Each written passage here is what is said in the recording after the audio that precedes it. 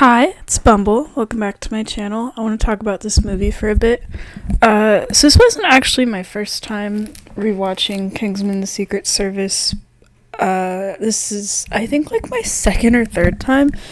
And it's one of those movies I feel like I enjoy it, and I forget how good it is until I'm like watching it again. Like, it's not one of those where I think it gets like better every time I watch it, but it's more so of like I forget things like when I'm not watching it, and then I watch it and I get like genuinely surprised by stuff. Like I forgot like a lot of the parts of this movie, or pretty much most of it actually.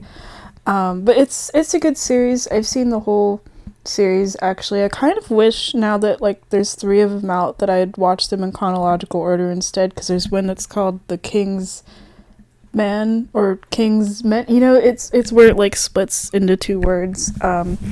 And that one's like the prequel to the other two of like the founding of the Kingsmen organization and stuff.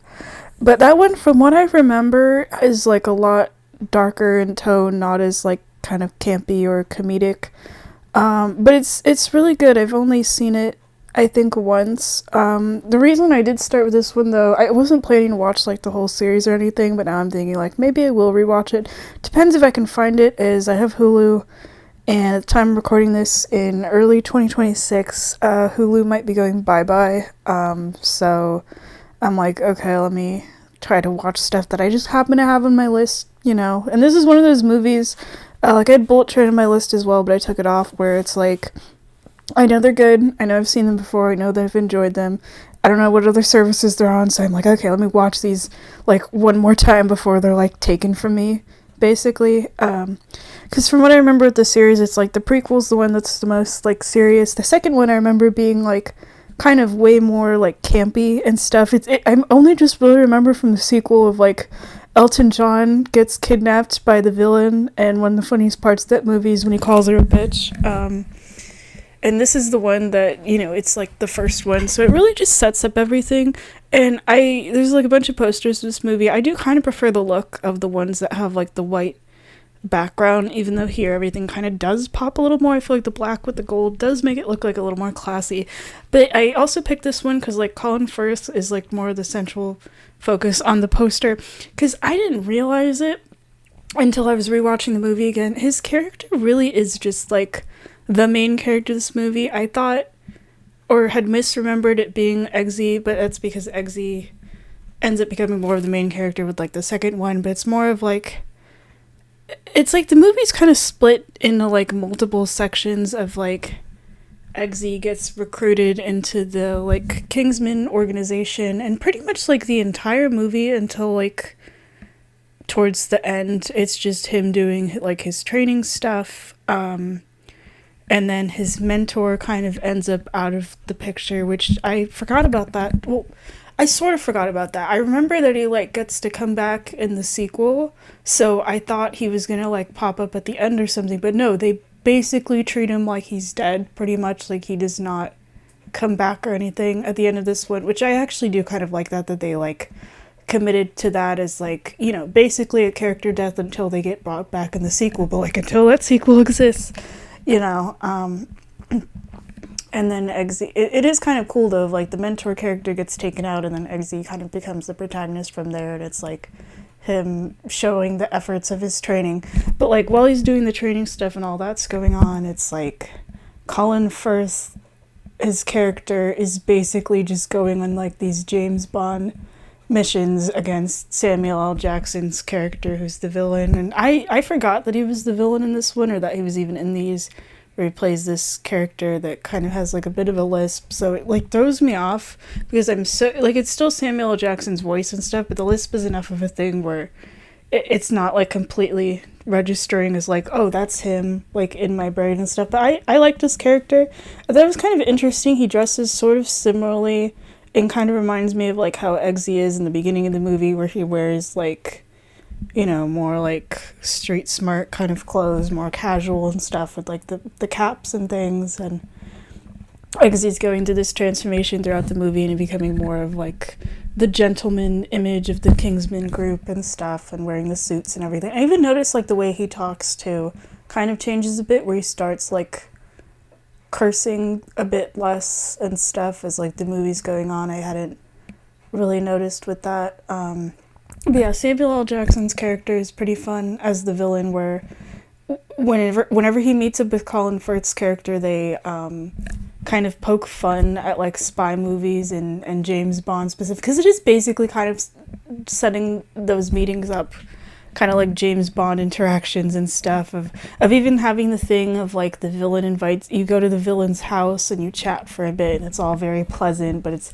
really just a way for like both parties to get information and whatever. And I like that they poke fun at those sorts of things and then kind of turn it on its head a bit, of like I mentioned earlier, of like the mentor character getting pretty much like left for dead and stuff. I think there's a couple other movies, now that I think about it, where Colin Firth also plays like a James Bond type spy. Well, not, I don't know if a James Bond type spy in like other movies. I just remember there's one, he's a spy. I think it's called like Tinker Tailor Spy. I'd also planned to watch that. I had found out about that movie like a year or two. I was on vacation, and it, you know, when you go through the TV when you're on vacation, there's already like a bunch of movies on there and stuff. It was one of those.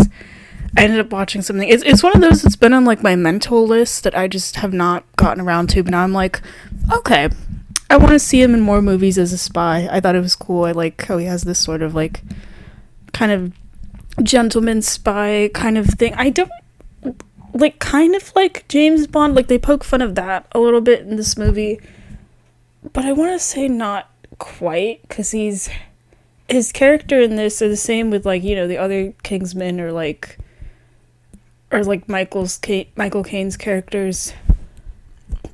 I feel like I can't really call them like a James Bond type spy, because they're like too gentlemanly, if that makes sense. Like James Bond with like the movies and stuff, you know, in the public image he's like very like suave and cool, but like those movies have like way more sex, and even though the series does get like a bit kind of campy and stuff, and they're fun with like the action and everything, they have like a McDonald's meal in this movie too. I think it's more so the sequel really that leans into the silly and whimsy compared to this one, because this one's kind of a bit more serious, trying to like set up everything. I mean, the Bond movies aren't serious either. In fact, I feel like the Bond movies are like, some of them, not all of them, are like a bit more silly than like this one. This one specifically, I should say. It's like kind of a weird comparison, but it's like the whole thing of like the gentleman spies in this, it feels like it's going so hard to the point where it's almost parody. Maybe that's supposed to be the point. They fight people with umbrellas, they all have these fancy suits and the spy glasses, and there's like way more spy gadgets here. The spy gadgets I feel like aren't as crazy as like some of the ones in Bond. That's actually something I miss about with the Bond franchise, as they've stopped kind of using the gadgets. I really miss that. Or there's definitely way less of them, I should say. What else do I want to say? But yeah, I loved all the Colin Firth characters segment. I don't know why I keep forgetting. I think his character's name's Galahad, if I remember right. I do like that they all have like code names that match up with like King Arthur, with Michael Caine. I feel like Michael Caine being in this as like the head of the organization, something about that just like feels right, you know, especially because of like some of the movies he was in like the early 60s, which I've been meaning to catch up on that too. I've always wanted to kind of explore more of his earlier movies, because I'm so used to him in movies as like being like an old man, or in like the Batman movies and stuff as Alfred. But yeah, I like the whole Kingsman organization. They seem cool, and the whole like gentleman spy look and everything. And yeah, the Galahad sections of the movie where he's not with Eggsy and he's like off on missions and trying to deal with like the current plot, I think is really cool. I think that's where most of the fun action scenes come from, like the one where he's in the bar with the manners maketh man thing, and you see of like, oh, these people actually do know how to fight and stuff. That's really cool. It was like kind of nice, but almost a little like, I don't want to say like cringy or something, of like when Eggsy repeats that at the end, which I hadn't, I think, originally seen that scene. But it's nice that this movie like sets things up and then it like comes back to them later of like Eggsy was originally going to fight his stepdad, and then he gets taken somewhere else in the car that's like being controlled by somebody, and then at the end he shows up and he at the same like pub and fights his stepdad. It's like the exact same like wording and everything as like his mentor had done at the beginning. That was kind of a nice way to tie it together. Or the part that I find funny is when Eggsy, you know, he doesn't have a lot of time. He's got to like save the world, but then he meets the Swedish princess. I don't remember what her name is, and she's like, "Hey, we can have sex if you go save the world." It was originally like he had to get her out of there, but he's like, "Sorry, I gotta go save the world," and he's like, "That's cool.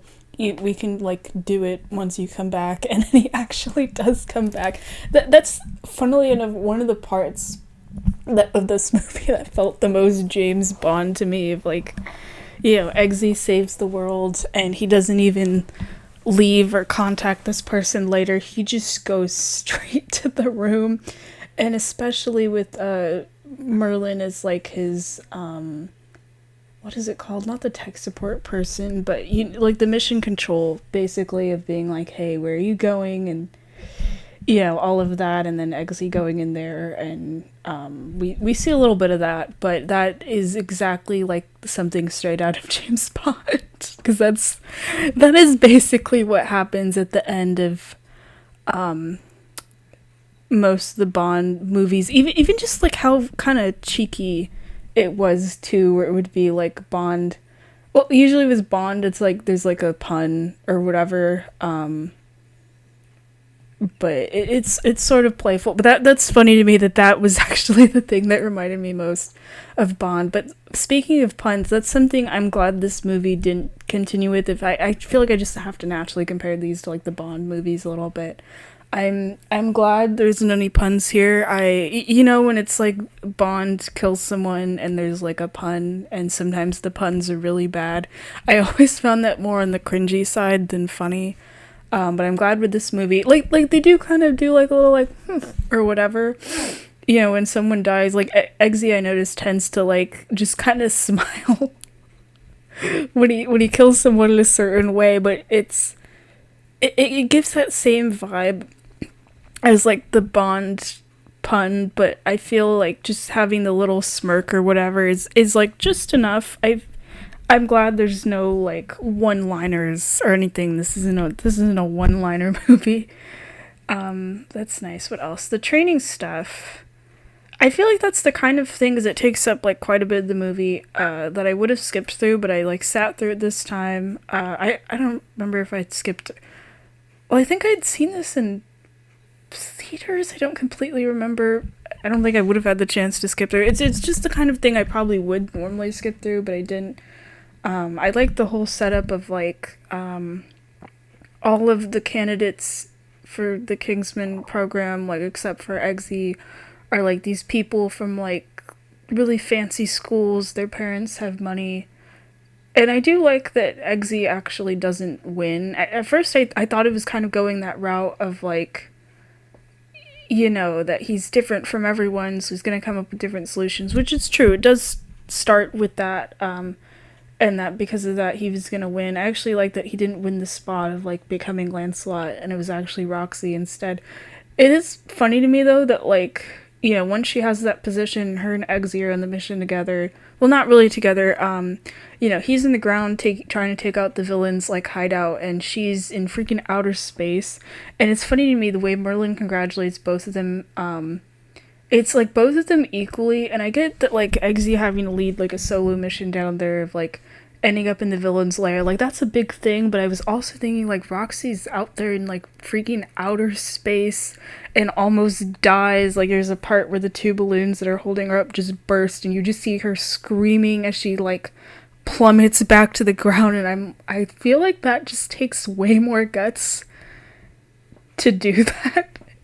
And the fact that they get like basically the same encouragement at the end is just kind of funny to. I get why it has to be that way, you know, like the agents can't be like one favored over another or whatever, and they're both doing tough stuff, but I feel like going to freaking outer space for a bit and then almost dying out there is like definitely um the tougher thing, you know. And I also know, I mean, I get it's probably because Eggsy's the protagonist, but like Eggsy gets more kind of screen time and that, to the point where I kind of forgot about Roxy, to be fair, you know, like Eggsy's stuff is like a bit visually cooler, of like he's going around shooting grunts and stuff, and he actually gets to stop the villain and everything. I love that all this stuff at the end, or just really any of the like fast-paced action stuff, just any of the fight scenes are really cool in this movie. I mentioned about like Galahad, like the solo missions and stuff of the church scene I forgot to mention as well, which it's so interesting to watch, where you're watching Colin Firth take down like an entire room of people, and you have like the action music stuff, and in the moment you're like feeling the adrenaline of it all, and you're like, yeah, this is so cool. And then you realize afterwards, you know, when the movie brings it up, and at first I was like, why is everyone just standing there looking really shocked? And then he says the thing of like, oh my gosh, I like killed all these like people and stuff. And then I realized like, oh right, he did kill all those people. And you know, it's like he's killing all these people inside a church. They're not like bad guys or anything, they're just like innocent people that are being controlled by the phone thing or whatever. I am glad the movie takes a minute to be like, hold up, he didn't have like control of anything, and the other characters that are watching give this sort of expression of like, holy shit, I can't believe he just did that and stuff.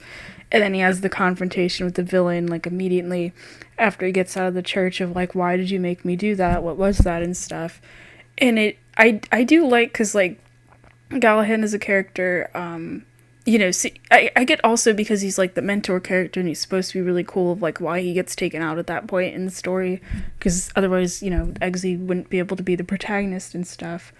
But he does almost seem sort of invincible, but like especially in that church scene, which is probably like the coolest scene in the whole movie, just the whole action of it all. I'm like still thinking about it as I'm talking about it and stuff. And then the villain just shoots him directly in the face, and he's left there, and the movie treats him as dead for the rest of the runtime. And then he does come back in the sequel where he's missing the eye and stuff, and I think they do have a flashback to like how he supposedly survived. I do always find that funny when movies do that, where it's like someone is dead and then they have a sequel and they're like, no they're not, and rather than just being like, no, they survived, they actually take the time to show like a flashback scene of like how they survived and the other characters don't know or whatever. I always find that kind of funny. Let me think, what else. I mentioned about the training stuff. I still find it crazy, but I think I see why it's the way it is, of like the last step of their training, like when there's just two candidates, is like, okay, you're gonna sit with me in this room with this little dog that you grew emotionally attached to, that you raised and trained, or not raised, but like trained since it was a puppy. Here's a gun, you have to shoot it. I thought it was gonna be, I should have seen it coming, because like shooting the dog is like the correct choice to like join the Kingsmen, is like you have to prove your loyalty to do anything they ask. I'd forgotten about that, and I thought it was gonna be the opposite. I thought it was gonna be revealed to be like a secret test, and it would be like okay, you usually have to listen to us, but at the end of the day you have to trust your gut, and sometimes that works out. I thought it was gonna be something like that, and that eventually they were gonna have it faked out of like Roxy gets the position or whatever, and then they'd come back for Eggsy and be like, nah, you passed the secret test or something. And I thought that's what Eggsy being taken to Galahad with the remote controlled taxi or whatever was gonna turn into, and instead he's like, we're not gonna make you shoot the dog, you idiot. It was a blank. Why didn't you know that? Which I felt that was like a little bit mean, because it's like when you're taking that test, you know, you don't know that. I mean, I feel like if anything, it says more about Eggsy's character of him refusing to shoot the dog. I mean, I guess in like the Kingsman Corporation eyes, I get it as like a, okay, you can't prove you're loyal to us if you're not gonna do everything we tell you to, but I feel like him refusing kind of shows he does have more heart. He isn't just like a mindless killing machine or anything. And I feel like, if any, being able to like be loyal, but then being able to trust your gut is also a good thing. I mean, it does turn out to be helpful to Eggsy of like, later he's with Michael Caine's character and then realizes that he's not on the good guy team anymore and has to kill him, and he has to like, kill the guy that's in charge of this whole organization and stuff. Rather than like if he was blindly loyal or whatever, probably just would have ended up on like the bad guy team and stuff. But that's also another crazy part of the movie of like, it's like, okay, the head of the organization's dead, your mentor's dead, and then it's just Eggsy, Roxy, and Merlin, and that's it. But I feel like that was like enough characters to kind of get it going at the end. I like that it does mean that Merlin gets more screen time, because I forgot that he was like one of my favorite characters as well. And I think with him being like originally the agent in the field, I don't know why I was gonna say alien, no, agent. Because I'd completely, I know I'm forgetting so many things about this movie. I'd completely forgotten about the beginning, actually, where it's showing, like what happened to Eggsy's dad, and it shows like the people that were there at that point. I'm pretty sure, I think Merlin was one of them.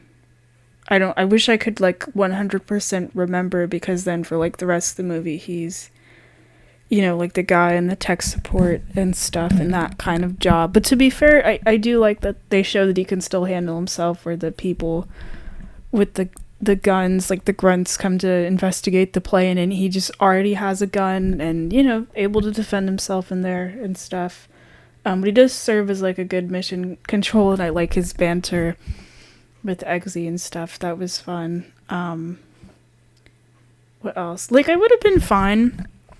I'm happy this got a sequel, but I feel like it's a strong enough movie where I would have been fine if it was just standalone and it wasn't turned into a franchise. Because I feel like at the end it didn't leave any loose hooks or anything. Everything got wrapped up. Even, Eggsy beating up his stepdad and stuff. I remember the sequel being pretty good. Like I said, I just remember about Elton John and that they bring back Galahad. I don't remember like anything else with it.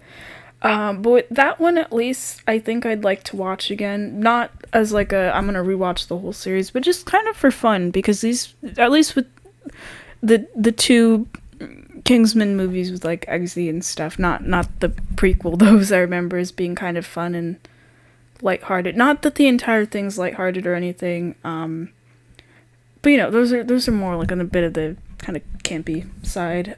So I might track that down, and I'm not sure if I want to watch the prequel. I've already seen it. It would be nice to see. I think it would just be hard for me of like, if I do it in the same order again, which I kind of have to at this point, that I originally did, which was the order, to be fair, the movies came out in, of like, the prequel was, when they do this where it's like the prequel comes out at the very end, and then if you want to watch in chronological order, you have to do it like backwards or whatever. Not completely backwards, but you get what I mean. Because I feel like it was hard for me the first time around. Also, I didn't have a choice with this, of like going from like the two funner movies that are like a bit more silly and very action heavy and stuff, and they have all the cool gadgets, and then go to the prequel where it like takes place during like wartime. It's like completely serious, and they don't have all the fun gadgets or anything, but it was also, I remember, really good. So I'll have to see. Like, I do want to rewatch it, but it's also going to be weird to go from that tone. Like I said, I wish I could have started with that one, but I didn't have the plans to watch all these. It was just like oh yeah, I have the first one on my list on a streaming service. Let me just watch it, But yeah, you might get more reviews of these from me. You might just get this one. Sometimes it happens with series, but we'll see. It all depends if I can find them somewhere, because they have the thing where it's like only one of them is on Bubba Bus streaming service. You gotta track down the others. somewhere else. So it's like, okay, cool, thanks. All right, but yeah, that's Kingsman, the Secret Service. Overall, pretty good movie. It's fun. I do want to say the guy that plays Eggsy, I don't remember what his name is. I can't even. He's not even on the poster, like the top three names. I remember at that time there was like a couple of movies he was in that was really big. I just remember him as like the gorilla in Sing, and then in this one, in this series, and then and it's funny with both the knowledge of both of the Sing series and the Kingsman series, because then he ends up playing Elton John in like a biopic movie, so it just comes around full circle. I hope he's in more stuff. I want to see, because I think he does pretty good as like, especially even just as Eggsy in this movie, where he's like this like normal.